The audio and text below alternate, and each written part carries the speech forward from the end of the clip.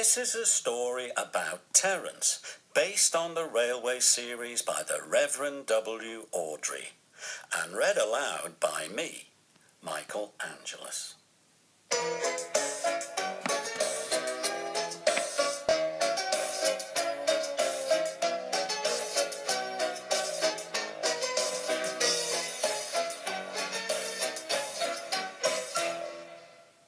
This is a story about Terence the tractor. When Thomas met Terence ploughing a field, he was very rude to him. But when the snow came to sow door, Thomas found out that Terence's caterpillar tracks could be really useful.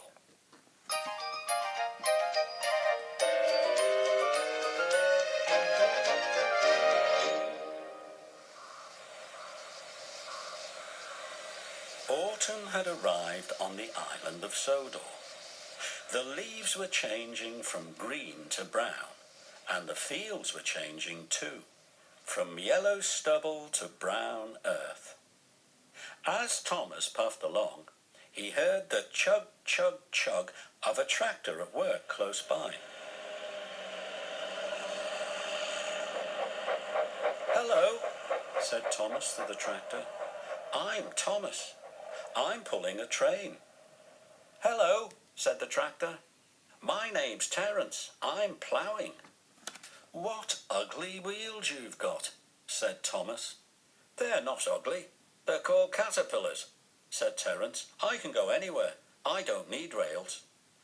"I don't want to go just anywhere," replied Thomas huffily. "I like my rails, thank you very much."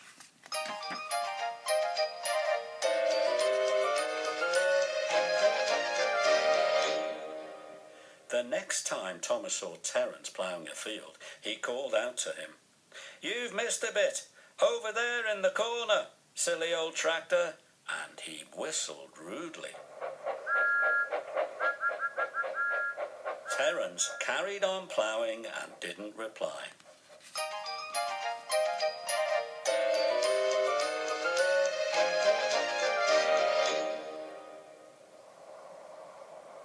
Winter came, and with it, dark, heavy clouds full of snow.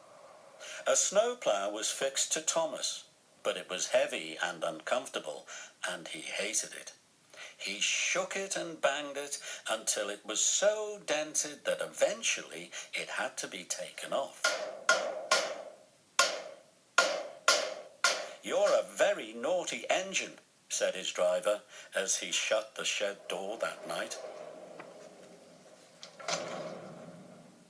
The next morning, the driver and fireman worked hard to mend the snowplough, but they couldn't make it fit properly, so Thomas had to set out without it. "I don't need that stupid old thing," he said to himself. "Snow is silly soft stuff. It won't stop me." But as he rode along, the snow kept making his wheels spin, and he found it quite a struggle. He passed Terence in a field. "You seem to be having some trouble there," called out Terence. "It's a pity you don't have caterpillars, then the snow wouldn't bother you." This time it was Thomas who didn't reply. "Silly soft stuff," puffed Thomas as he continued on his journey, and he rushed into a tunnel. At the other end, he saw a heap of snow had fallen from the sides of the cutting. "Stupid old snow," said Thomas, and charged it.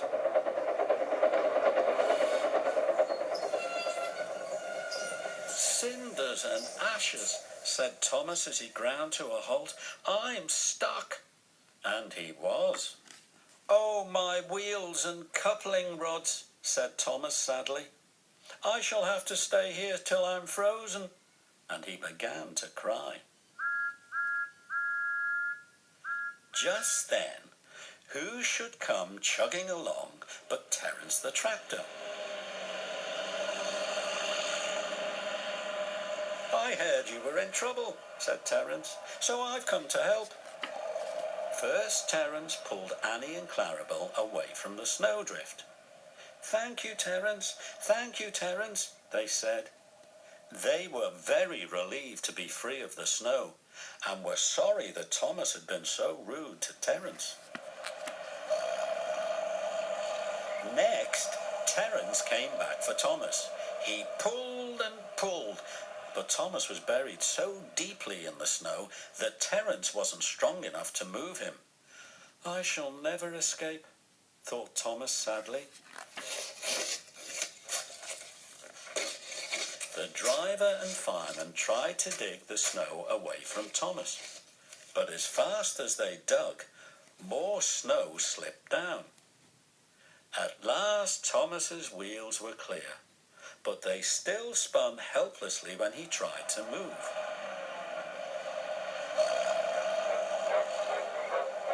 Terence tugged and slipped and tugged, and eventually, with a most enormous effort, he dragged Thomas clear of the snow and into the tunnel. Thomas was very grateful. "Thank you, Terence," he said.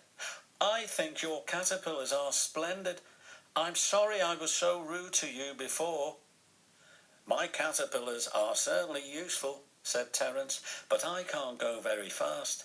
I couldn't pull a passenger train like you can, Thomas." "Well, my wheels wouldn't be much use for ploughing a field," replied Thomas. And with that, Terence returned to his farm, while Thomas puffed tiredly back to the engine shed.